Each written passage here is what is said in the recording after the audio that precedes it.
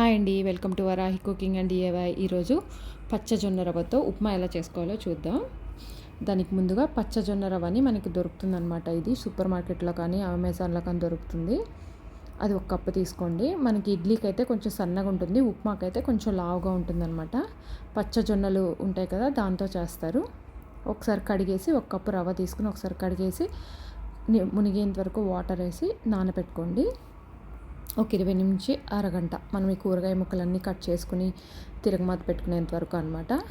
నేను అన్ని కూరగాయ ముక్కలన్నీ carrot, beans, sweet corn, potato, అల్లం తురుము, కరివేపాకు, పచ్చిమిరపకాయ అన్నీ సన్నగా కట్ చేసుకొని పెట్టుకోండి. ఇప్పుడు రవ్వని వడగొట్టుకుని ఇలా పక్కన పెట్టేసుకోండి. వాటర్ కూడా ఒక పొయ్యి మీద ఒక కప్పు రవ్వ తీసుకున్నాం కదా, 2 కప్పులు వాటర్ తీసుకుని ఇంకో పొయ్యి మీద సిమ్లో పెట్టండి. ఇప్పుడు పొయ్యి మీద ఒక కడాయి పెట్టి దాంట్లో 4 టేబుల్ స్పూన్ ఆయిల్ వేసి ఆవాలు, శనగపప్పు, మినపప్పు వేసి అవి వేగిన తర్వాత ఫస్ట్ ఉప్మాలో ఎప్పుడైనా ఫస్ట్ అల్లం తురుము వేస్తే ఉప్మాకి మంచి టేస్ట్ వస్తుందన్నమాట.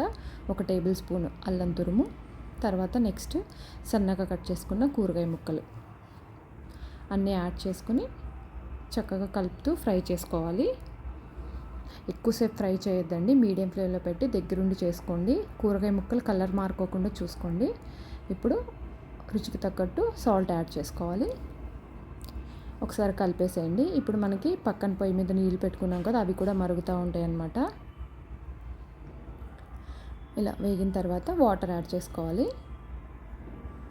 ఎప్పుడైనా ఉప్మాలో ఇట్లా వేడి నీళ్ళు పోసుకుంటే మనకి పప్పులన్నీ మెత్తగా ఒక్కోకుండా కరకరలాడుతూ టేస్టీగా ఉంటుందన్నమాట.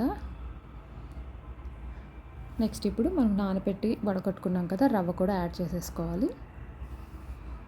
యాడ్ చేసుకుని ఒకసారి కలిపి ఒకసారి ఉప్పు కూడా టేస్ట్ చూసుకుని మీడియం ఫ్లేమ్లో పెట్టి మూత పెట్టేసి నీళ్ళన్నీ ఇంకిపోయేంత వరకు కుక్ చేసుకోవాలి.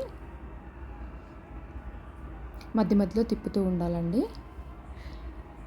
ఒక 5 నుంచి 6 నిమిషాలు పడుతుంది.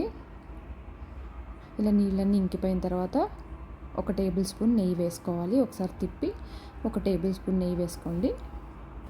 ఉప్మా ఎప్పుడైనా దింపే ముందు నెయ్యి యాడ్ చేసుకుంటే కమ్మగా వాసన వస్తుంది, టేస్ట్ కూడా బాగుంటుందన్నమాట.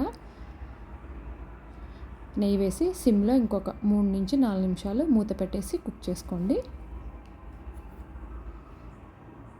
దించే ముందు కొత్తిమీర వేసుకుని సర్వ్ చేసుకోవడమే.